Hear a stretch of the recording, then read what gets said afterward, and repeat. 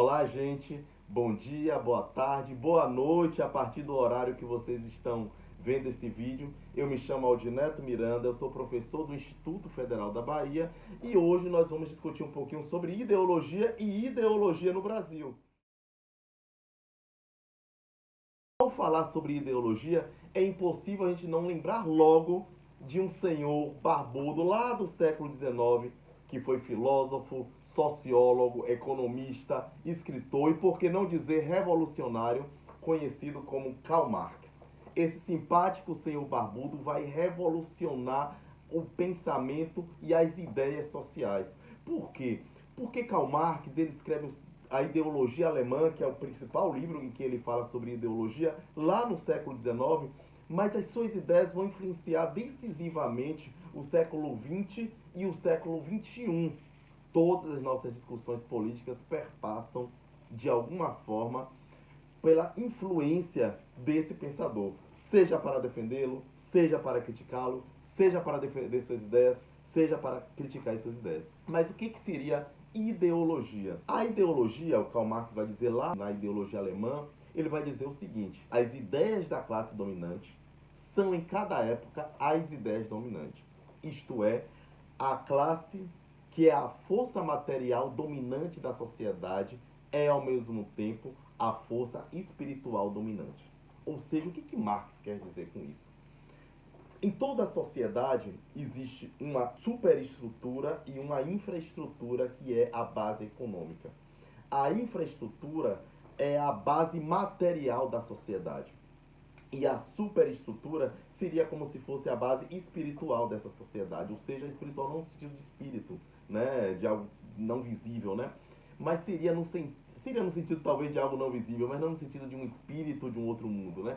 Espiritual mesmo no sentido de que é formada pelas ideias que buscam justificar e manter, ou seja, são responsáveis pela manutenção da base econômica. Então, numa sociedade capitalista, a base econômica, que é necessariamente capitalista, ela é justificada, ela é defendida a partir da ideologia, que são um conjunto de ideias que moldam o pensamento da sociedade, moldam o pensamento das pessoas, e esse conjunto de ideias se coloca como natural e busca naturalizar as discrepâncias, as desigualdades e as opressões sociais, colocando como se algo fosse natural e que algo sempre fosse assim e sempre teria que ser assim. Daí que a ideologia é um instrumento de dominação de classe que oculta a realidade tanto da luta de classes quanto naturaliza as desigualdades sociais.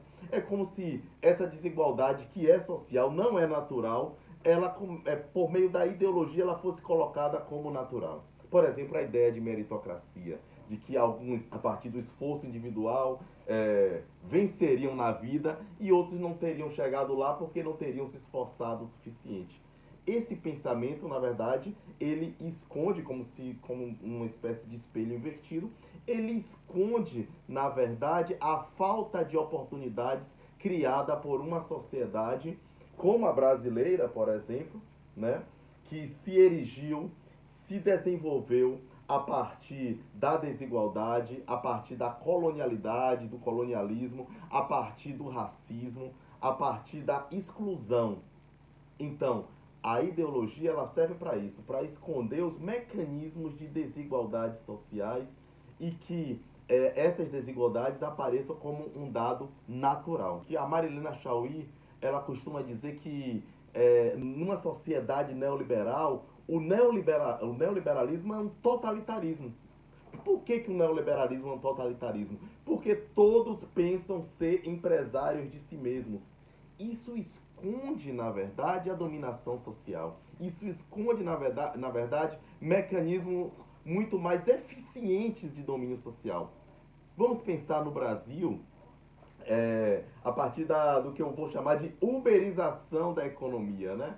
Há uma ideologia de que todos podem ser empreendedores, de que todos devem ser empreendedores e de que é necessário ganhar a vida por si mesmo, de que, por exemplo, ser CLT, né, ter direitos trabalhista seria uma coisa horrível. Essa é uma ideologia nefasta que acaba escondendo mecanismos de exclusão e mecanismos de dominação. Por exemplo, vamos pensar no caso do Uber, como eu estava falando, da uberização da economia. Na medida em que a pessoa que é Uber trabalha como Uber, diz o seguinte: ah, eu gosto de trabalhar como Uber porque eu trabalho para mim mesmo, eu não tenho patrão, né? Aqui eu faço o meu horário, domino o meu próprio trabalho, sou dono do que eu ganho. Isso é uma grande falácia. A Uber é uma empresa multinacional e que ganha a partir do trabalho alheio muita grana, muito dinheiro. E o cara trabalha 12, 13 horas por dia, porque ele tem que trabalhar mais para lucrar mais. Se o carro dele quebra, ele é responsável pelo conserto do carro. Se ele sofre algum assalto, alguma coisa assim, ele vai sofrer as consequências dessa ação nefasta. A própria gasolina é ele que abastece, né, a partir do que ele recebe. Então, em que medida ele é dono de si mesmo? Em que medida ele trabalha para si mesmo? Na verdade, ele está trabalhando para uma empresa multinacional e essa empresa ela dá o mínimo para ele e ele, na verdade, fica enriquecendo a todo momento esta empresa. Né? Eu não estou aqui criticando, longe de mim criticar o fato da pessoa trabalhar como Uber. Né? É um trabalho honesto, as pessoas necessitam trabalhar. O que eu critico, e de forma muito enfática, é a ideia de que se é senhor de si mesmo, de que se é autônomo realmente ao trabalhar, por exemplo, em empresas de aplicativo como a Uber. Na verdade, a pessoa não é um autônomo de si mesmo, não é dono de si mesmo naquele momento do trabalho, né?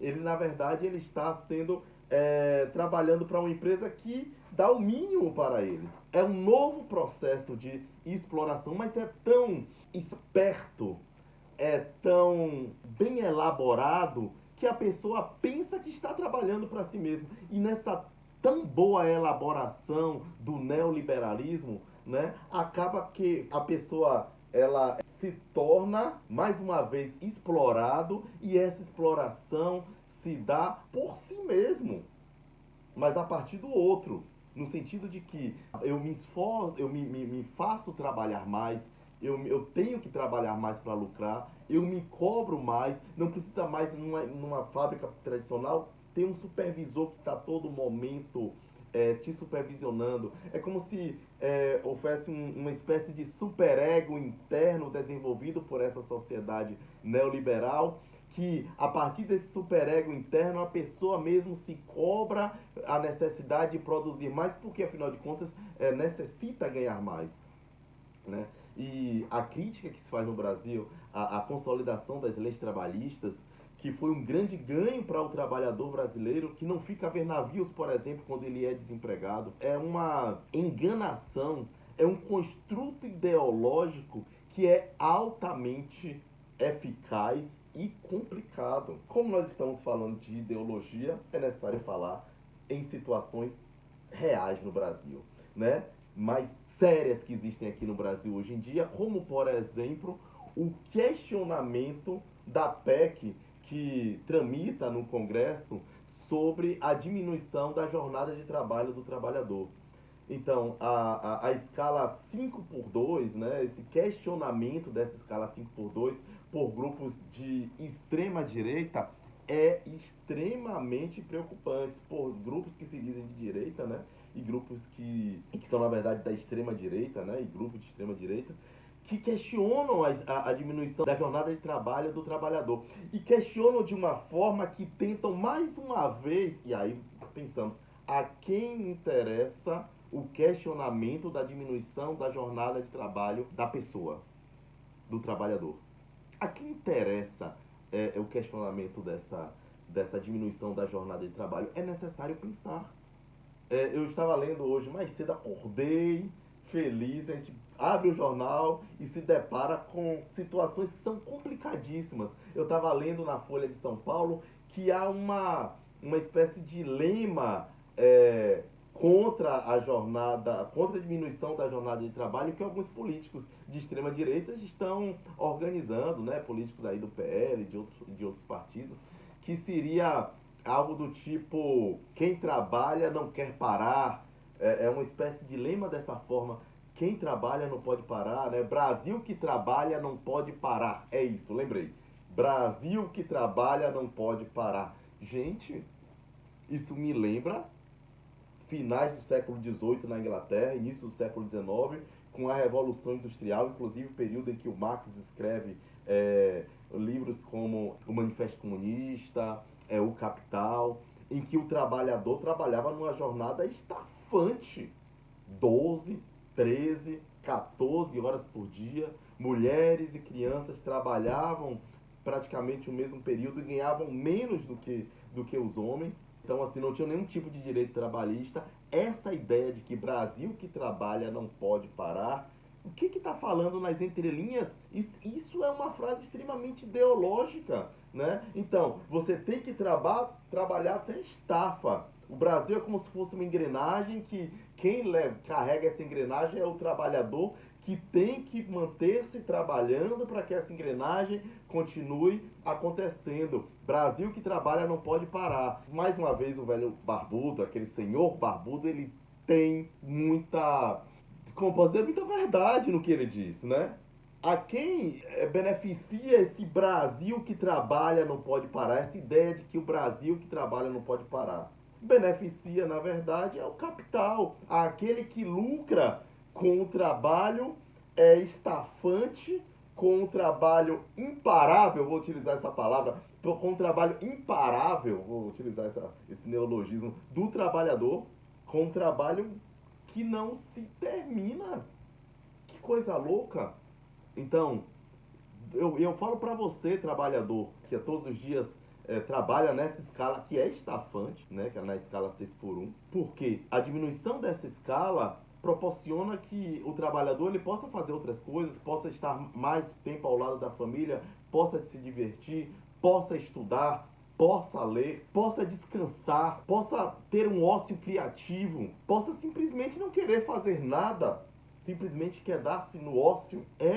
A diminuição da escala 6 por 1 garante melhor qualidade de vida para o trabalhador. E se nós formos pensar de uma forma capitalista, uma pessoa que trabalha de forma mais feliz tende a se dedicar melhor ao seu trabalho. Enfim, mas eu ia falar pensadores, na verdade eu quero falar políticos e de pensadores. Eu questiono aqui essa prerrogativa. Caiado, Zema, Flávio Bolsonaro, não é necessário falar os nomes. Eles são contra a escala 5 por 2. Por que essas pessoas são contra? A quem esses políticos servem? A quem esses políticos estão servindo? Né? Recentemente, Flávio Bolsonaro, ele defendeu que as terras raras do Brasil deveriam ser entregues para os Estados Unidos, para que os Estados Unidos explorassem as terras raras, né? Hoje, 70% da produção global vem da China. Os Estados Unidos realmente, com razão, os Estados Unidos eles estão em busca de maior protagonismo, porque eles percebem que eles estão perdendo o protagonismo mundial. E o Brasil, que é um dos países, e nem é necessário dizer, o Brasil que é a economia mais importante da América Latina, o Brasil que é um país extremamente importante, quando houve, por meio de Donald Trump, aquele tarifaço, o Brasil sentiu muito pouco, porque o Brasil ele consegue ter uma relação multilateral de comércio, uma relação econômica multilateral, e que tem como um dos grandes parceiros comerciais a China também, né? Numa política de entreguismo, o Flávio Bolsonaro ele quer entregar as riquezas do Brasil para que os Estados Unidos explorem. Então, a quem esses políticos estão servindo? Então, quando nós pensamos em ideologia, nós temos que pensar o que há por trás de determinadas propostas. Falando em terras raras, o Brasil possui a segunda maior reserva de terras raras no mundo. São minerais compostos de 17 elementos químicos. Né? Esses elementos químicos são importantes tanto para a produção de turbinas eólicas, smartphones, telas de TV, mísseis teleguiados. Então o Brasil ele está sendo visto e cobiçado pelo mundo, principalmente pelos Estados Unidos. Vamos entregá-lo?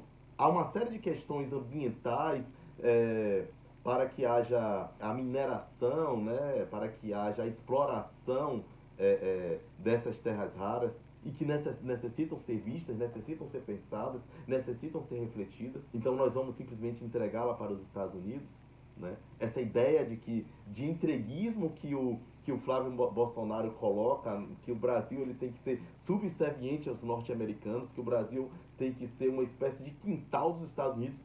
Que patriotismo é esse? É necessário que nós pensemos. Na verdade, é um reacionarismo, é uma ideia de que o Brasil ele tem que continuar a ser colonizado. É uma ideia reacionária, é necessário a gente entender o que é reacionarismo, é diferente de ser conservador. Porque o conservador ele quer manter o status quo, até permite algum tipo de mudança, mas quer manter as coisas como estão. Eu acho uma postura também complicada, mas o reacionário ainda é pior, porque ele quer voltar a uma etapa anterior. Ele quer voltar a uma etapa em que o Brasil era um país praticamente agrário. O reacionário, ele quer que o Brasil ele se mantenha colônia por meio de uma nova colonização, que é uma colonização norte-americana. Então, o Brasil, ele é um país pujante, é um país que tem vários problemas sociais, tem problemas de desigualdade social, problemas de violência, mas é um um país que tem várias possibilidades também. E os construtos ideológicos que estão sendo criados é uma tentativa de fazer com que esse país que tem possibilidades, que esse país que tem índices interessantes de educação, um país que tem, eu falo índices interessantes na educação, porque do contrário de há 20 anos atrás, o Brasil hoje em dia tem várias pessoas dentro das universidades, tem várias pessoas estudando. Nós precisamos modificar e melhorar os índices de educação mas nós estamos mudando. O Brasil está mudando, o Brasil está melhor do que há 20 anos atrás. Quem é reacionário quer voltar a um país em que fazer uma universidade era quase impossível. Retornar a um país em que o capital estrangeiro explorava de forma intensa o nosso país e as nossas riquezas. Tornar a um país agrário, meramente exportador de produtos agrários. Nós ainda somos um país que precisa desenvolver a nossa industrialização ainda mais. Somos um país que ainda precisa melhorar muito, mas estamos no caminho. Essas pessoas querem fazer que o Brasil retorne a um Brasil colônia do século XVI, por meio desses construtos ideológicos. A pergunta que eu faço a vocês é necessário que nós retornemos? Nós vamos deixar que determinadas pessoas entreguem o nosso país tanto ao capital estrangeiro quanto a um país estrangeiro? Nós vamos deixar que a ideologia, que esses construtos ideológicos que buscam dominar a população, dominar o povo, eles se mantenham vivos e eles consigam o seu objetivo? Então, por meio dessa reflexão, eu termino esse vídeo desejando um bom dia, uma boa noite e uma boa tarde a todas e todos. Quem gostou desse vídeo, siga o canal, né?